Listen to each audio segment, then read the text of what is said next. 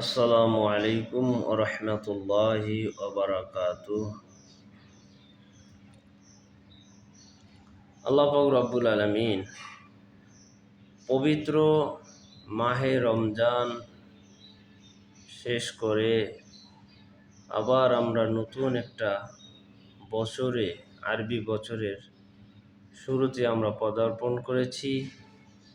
আল্লাহ পাক রব্বুল আলামিন আপনাদের সকলকে, আমাদের সকলকে, আমাকে যেন আল্লাহ নেক হায়াত দারাজ করেন, যাতে করে আমরা আবার সেই মাহে রমাদান পাই এবং সেই কোটি কোটি সওয়াব অর্জন করতে পারি। এই জন্য আমরা বেশি বেশি আল্লাহর কাছে তওবা ইস্তেগফার করি। আল্লাহর কাছে আমরা আরও আরজি জানাই যেন আল্লাহ